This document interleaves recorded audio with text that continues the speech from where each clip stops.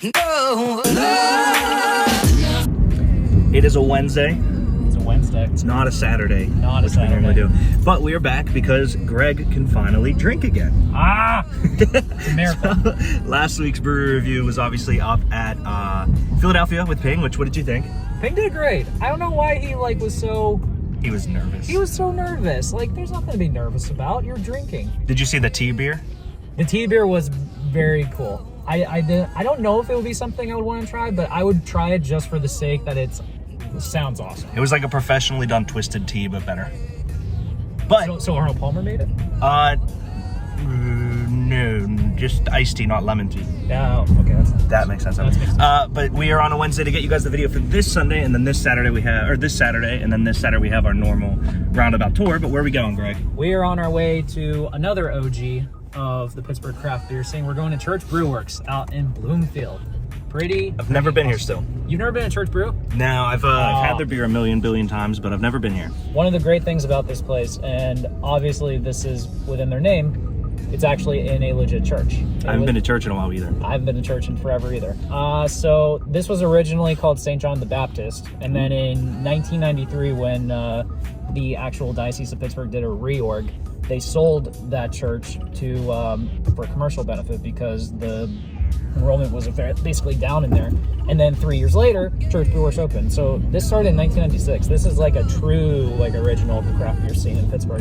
And obviously, if you can tell, in the 90s, clearly not a lot of people were happy about a literal church being a brewery now. But of course, time passes and you realize beer's great. We're all stupid and just want beer. Beer's great, so it happens. Let's go get beer. Let's go get beer. Greg forgot a mask, per usual. It's really a church. Yeah.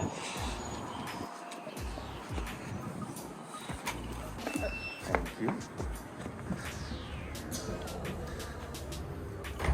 Thank you. After you. How's it feel to be in a church? Oof. I don't know, I'm surprised my bottom of my feet aren't on fire right now. Did you drink beer during Lent? I did not, so maybe that's okay for me now. Okay. All right. So what did you get, Greg? So this is the beer that Church Brew Works is very well known for. This is their Pious Monk Dunkle. It is considered a dark beer, obviously. It's got some caramel and chocolate notes to it as well. Not as heavy alcoholic, percentage-wise, as you were expecting. It'd be maybe 7, 8. It's probably about 5.5. I haven't had one in a while, so prost. Oh yeah, that's exactly how I remember it. That is their staple beer, right? This is their staple beer, yeah. The chocolate comes through almost right away. Not too heavy. It's actually a very refreshing beer, and it's kind of rare that you see that for a dark beer, and it's probably why they won awards for this too. And also the glass design is baller. Come on, what more could you want from that? That's pretty cool. Deke, what are you drinking, homeboy? I say let me know when I'm good, and then you just drop it. I love it. The Saz Monster, a Hoppy Pilsner, which is one of the coolest cans I've ever seen. But this is, I was trying to think on the way here because I've never been to Church Brew Works, which it is church. But I was trying to think their big beers because I'm all right, when I go to the brewery, I like to order one that I really know I love and then one that's experimental. The other one I knew was the Dunkle. So the Saz Monster, it says crisp Hoppy Pilsner. It just seemed safe, seemed easy. It's got a motherfucking Trogdor dragon on it. That dragon is badass, actually. 5.5%. It's light, it's crisp. It's a little, got a lime citrusy kind of weird thing to it. It's the perfect Pilsner. Not the perfect Pilsner, but it's a perfect Pilsner candidate. Big fan. I might do the Mexicala Blues next. Excuse me while I cleanse my throat real quick before I have this dramatic reading.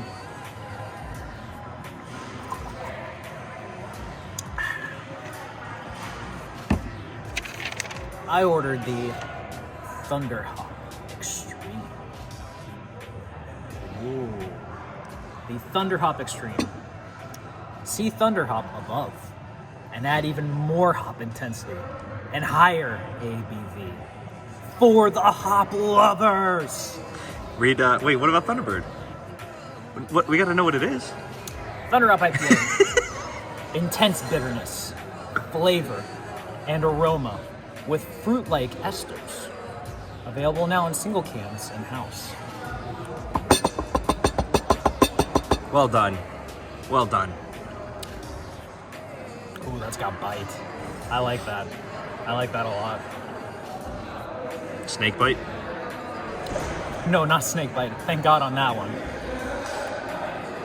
No, it's interesting. You definitely get like the strong IPA bite that you get on it, but it also has almost, strangely enough, a smoothness to it. Like, if I compare it to other really strong IPAs I have, like when you take that sip, it hits your taste buds all over the place. Like you have, when you're starting to drink the thing, it's like you're drinking a pine cone in a weird way, kind of like gin.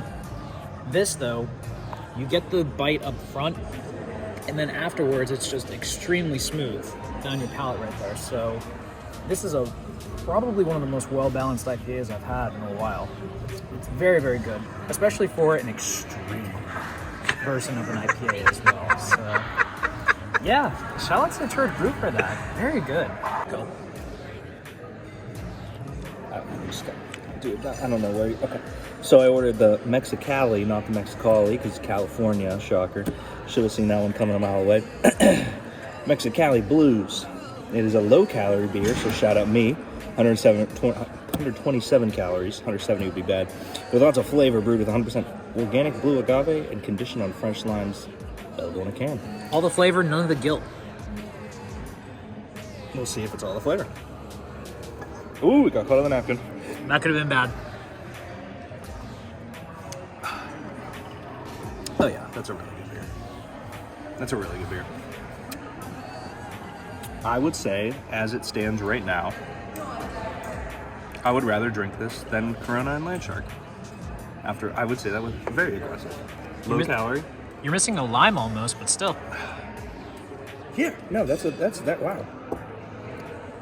I'm actually really happy with that. Really impressed. That's my new favorite beach beer.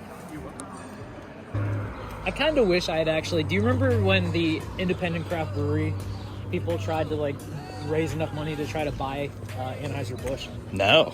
This was like a few years ago. Hard. Yeah, they tried to buy AB InBev, which is like their parent company, and they failed by like a good $500 million or some shit like that. But still, the fact that they did a campaign to do that is pretty cool. So speaking of independent, Yeah. what did you think? Oh, I love this place. Like I said, OG craft brewery of Pittsburgh, so it's exactly what I remember fondly and expected. What's funny to me is like their Pious and Dunkle is probably the one beer that if you ask me like their feature beer, that's the one I think of. But more times than not, they have some really good other beers that people should really give a shot. Like the Extreme Thunderhop. Extreme.